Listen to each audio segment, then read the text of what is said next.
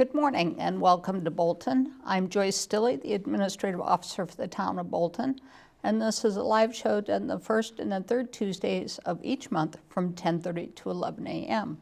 The show is rebroadcast on the second and fourth Tuesdays at the same time period. The show is a continuing effort to promote open communications within the community, and if you have any organization that you would like to see some PR about or an upcoming event that we can help you with, or just have a question as to how town government operates, please contact me at the town hall and we will try to get a show on the air that covers that event. As we're moving into the fall season and actually even in the heat of the summer, my guest today is our Emergency Management Director, Jim Rupert. Welcome, Jim. Good morning and thank you.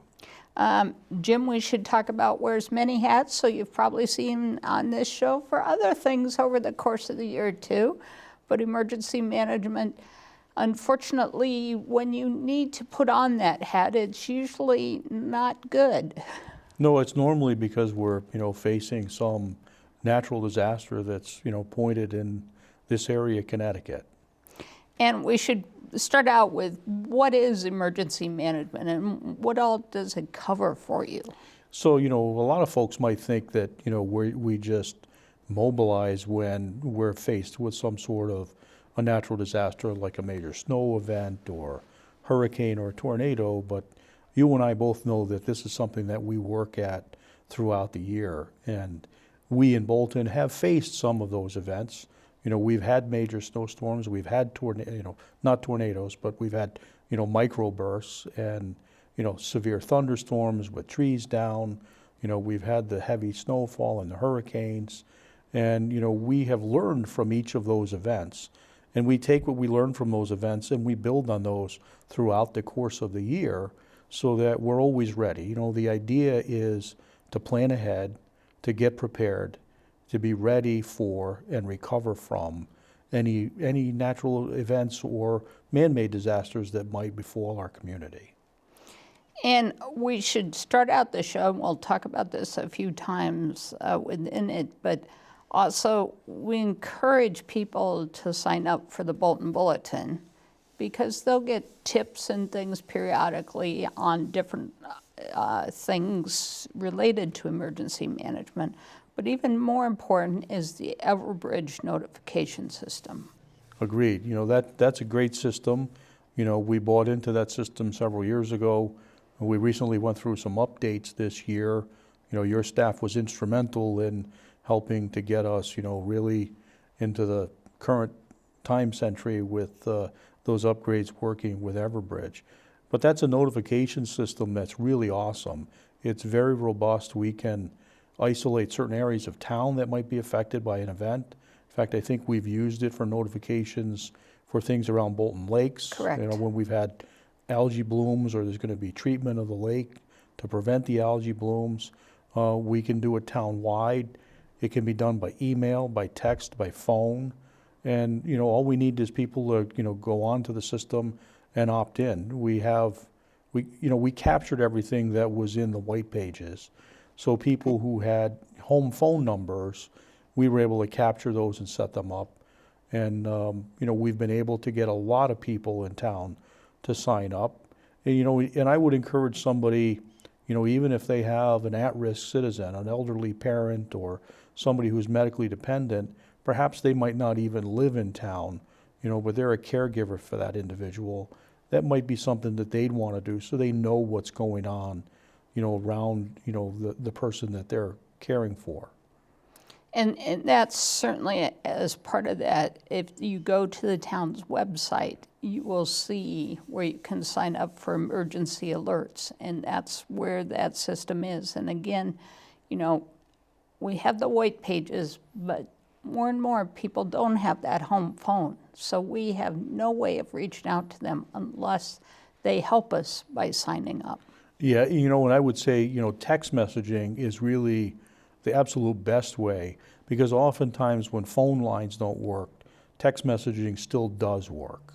So that would be, if it were me signing up, I would use text messaging as my first option for communication.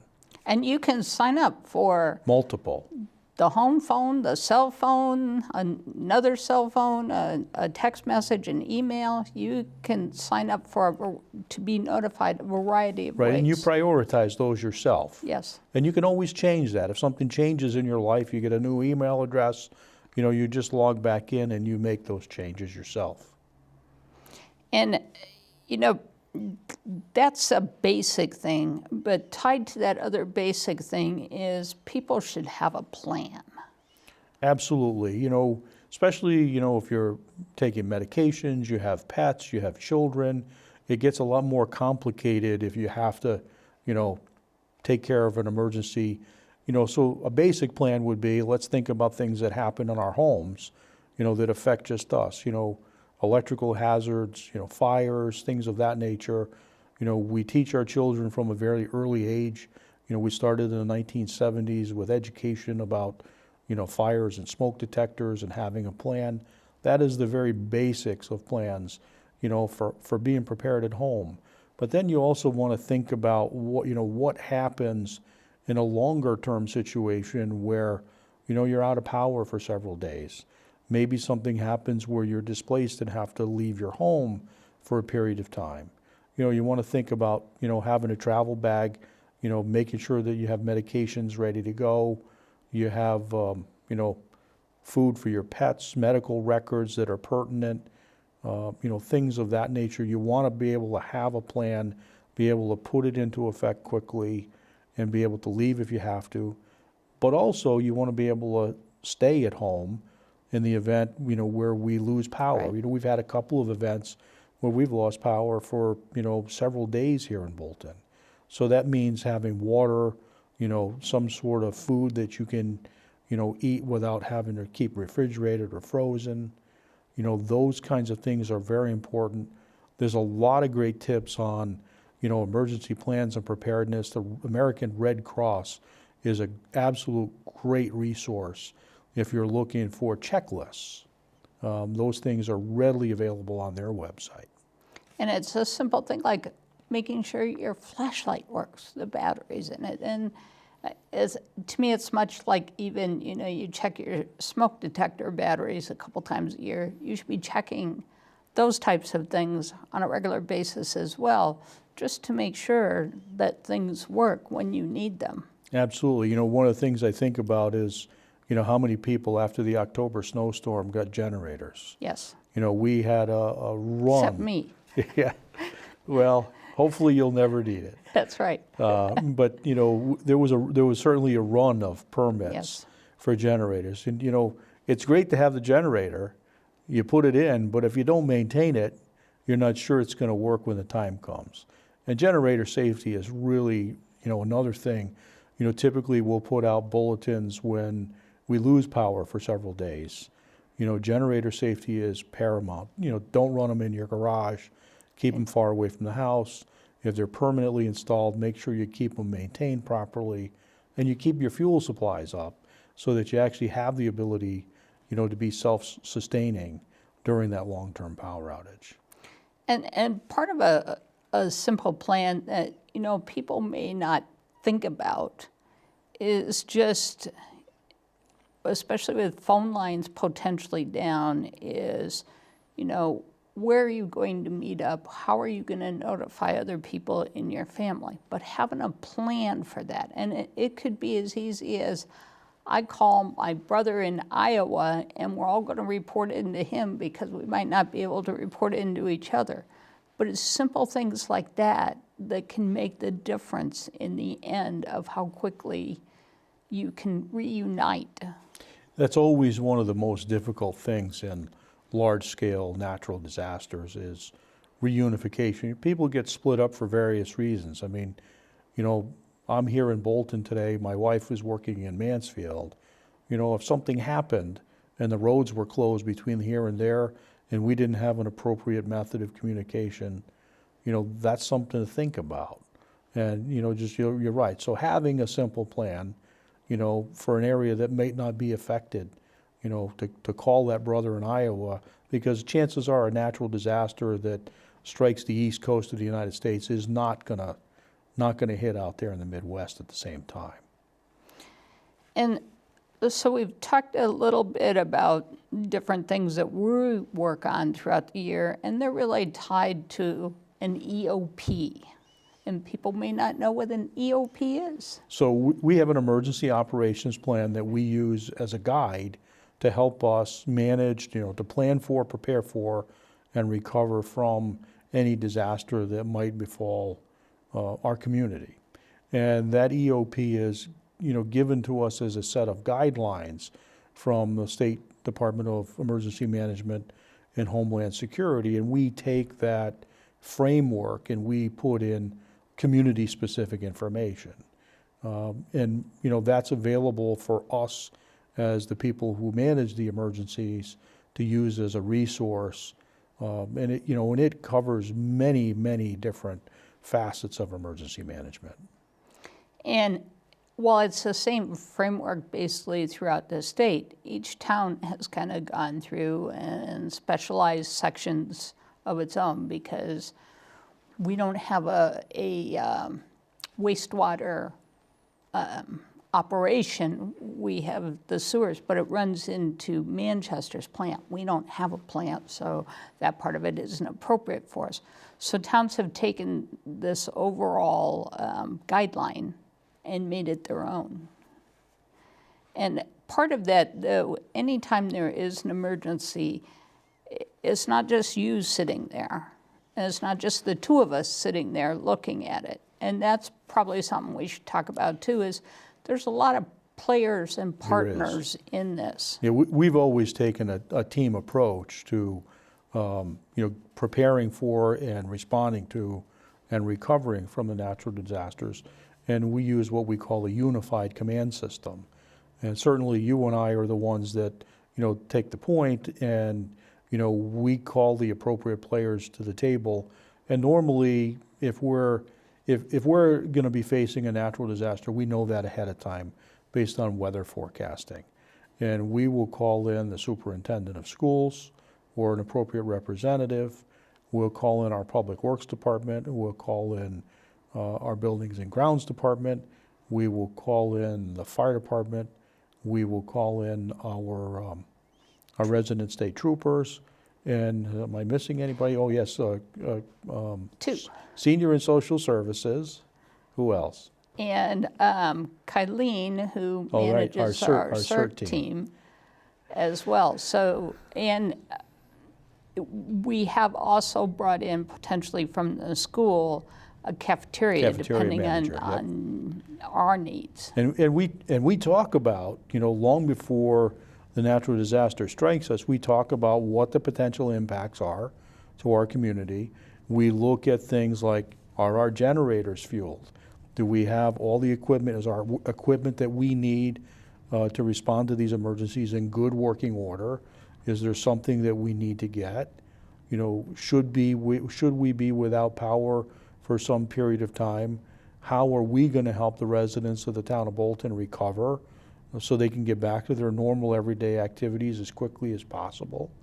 We talk about how we're going to get children to and from school. Right. Are we going to have roads closed? Do we need to think about, providing mutual aid to a surrounding town? Does a surrounding town need to think about providing mutual aid to us? How are we going to utilize the members of our CERT team? What kinds of things might we need to plan for? And we can grow that or shrink it, depending on the size of the event that we face.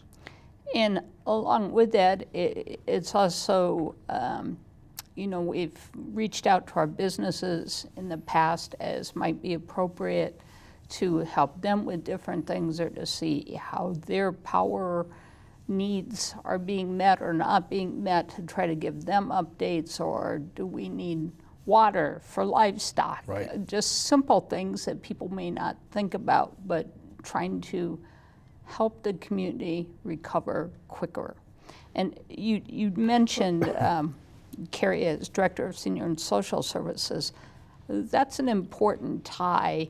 And before you had mentioned about if you have somebody with a special need, we encourage anybody that has a special need to make sure that Carrie, our Director of Senior Social Services, is aware of that, because we have at-risk citizens that we want to do checks on potentially before, during, and after to make sure that they're okay. Absolutely, and I agree. That's something that we learned, during one of our first issues that we faced. How do we track individuals that may be medically dependent on oxygen or electricity for some reason? If we know that, we can try to get when we work with Eversource to restore power, we can try to make that a priority, or we can relocate them to a location where they have what they need. We may have somebody that is, dependent on somebody else to get there to provide them meals or medications, or, maybe somebody is physically handicapped. There are many reasons that somebody may be an at-risk citizen, and we absolutely, and we physically call every one of these individuals that we have on our list when we suspect that we may be impacted. And then we check up on them, as you say, sometimes during, but certainly after. We always want to know that their needs are being met. And you talked about Eversource, and one of the things that certainly Eversource has learned throughout the storms is we're losing a lot of trees, and they have potentially greatly increased their tree trimming. Some people may not necessarily be happy with it, but the unfortunate thing is in Connecticut, basically, our electricity is above ground, and it's on wires and poles, and we just seem to be reaching that age that the trees are leaving us quicker than they're coming in. Well, and certainly in the last few years, we've had issues with the gypsy moth caterpillar outbreak. Yes. And unfortunately, that's 2 or 3 years in a row, and even the healthiest of trees can't recover from that, and they die. And if they're in a position where they might be able to fall and hurt our power lines, it certainly affects our infrastructure. If you're in a newer subdivision, your power lines might be underground, but the power lines coming to that subdivision are still up in the air on telephone poles. And all the wetness, we've had more trees just giving, blow over. Yep. just in the end. But we should talk a little bit about, we mentioned CERT before, but people probably, CERT, what is that? So CERT, CERT stands for Community Emergency Response Team. And that is a group of individuals who are just normal everyday citizens who are part of our community that have undergone some training to be of assistance in the event of an emergency. It's a small group of individuals. They are interested, they are helpful, and they're ready to respond and assist us when needed. But quite frankly, we always are looking for more individuals. Yes. This is a smaller town, and although it may seem like we have a lot of staff, when we are faced with these kinds of issues, natural disasters and things of that nature, we get to be spread pretty thin. And, we need help from individuals in the community to help their community. It doesn't take a lot. The initial class is a few weeks long. I think it's 1 or 2 nights a week. Right. But then, we try to meet at least quarterly as a team. We're looking to try to, work with some of our local teams in other towns to work together to, have a drill a couple of times a year so that we can plan and practice. But it doesn't take a tremendous commitment. But it is something that we really could use some more individuals. We'd really love to see the team grow. You mentioned Kylene. Kylene also works for our recreation department. She's our director of recreation, and she's the leader of our CERT team at this point in time. She's a great individual. She's easy to work with. Certainly, if somebody's interested in participating in CERT, I would encourage them to reach out to either you or I or Kylene. And that's, our needs can be very simple to needing more people. We don't necessarily on an annual basis have a specific town need for them, But there's some upcoming activities that might involve them in the future. Certainly with the 300th in 2020, there may be some activities that we need them to just help us with crowd control or parking or some of those things. But we have used them for parking when we had the Ron Hainsey Day. But when we have to open up a shelter, we need people to help man the shelter. When we have fed people, we need help with just helping to man those types of things. So there's opportunities out there. Luckily in Bolton, knock on wood, it's not a lot of times during the year. You know, we've also found that folks here in town are pretty independent. Yes. You know, as much as they, will come to us when they need help, they really try to do as much on their own as possible. But the CERT team is a great resource. And, it's interesting, you mentioned the areas that we use the CERT team in when we need it. And that's because those are areas that we've identified that we just truly don't have town staff to cover. So it's really important that, we continue to have these folks. Some of them, that originally started with our team have moved out of town, moved away, had changes in life that have affected them so that they're not able to participate anymore. So we'd really love to have some new folks come forward and say, yeah, I'd like to do that for my community. Well, and that's one of the things that, the EOP and some of that planning goes into actually is if we have to distribute water and meals to MREs and bottles of water and have a mass distribution, we have a plan for that. We do. But it will take people to Right. help make it successful. Absolutely. And one of the things that we've seen, too, Joyce, is that, during disasters, even people that haven't been on the CERT team have raised their hand and said, hey, how can I help? Yes. And we have generally found appropriate tasks for those individuals based on their physical capabilities and their availability to us. And we haven't touched it all. We've been talking about Bolton as a unit, and CERT teams certainly trying to work with neighborhood ones. But annually, the state actually has a drill as well. Absolutely. I think it's going to be in October this year. October, November. October, November. So they don't have a specific date yet. Right. But yeah, and it's interesting. It's a statewide drill. It's a governor's initiative, and every year they try to focus on an area that they see a potential weakness in the state, so that we as a state become more resilient and more prepared. And, it has involved everything from a hurricane, a snowstorm, something happens at the school. So it's different people, different instances for us to participate. They've done it different ways too. But it's usually we're sitting all around a table and they say, this just happened, what are you going to do?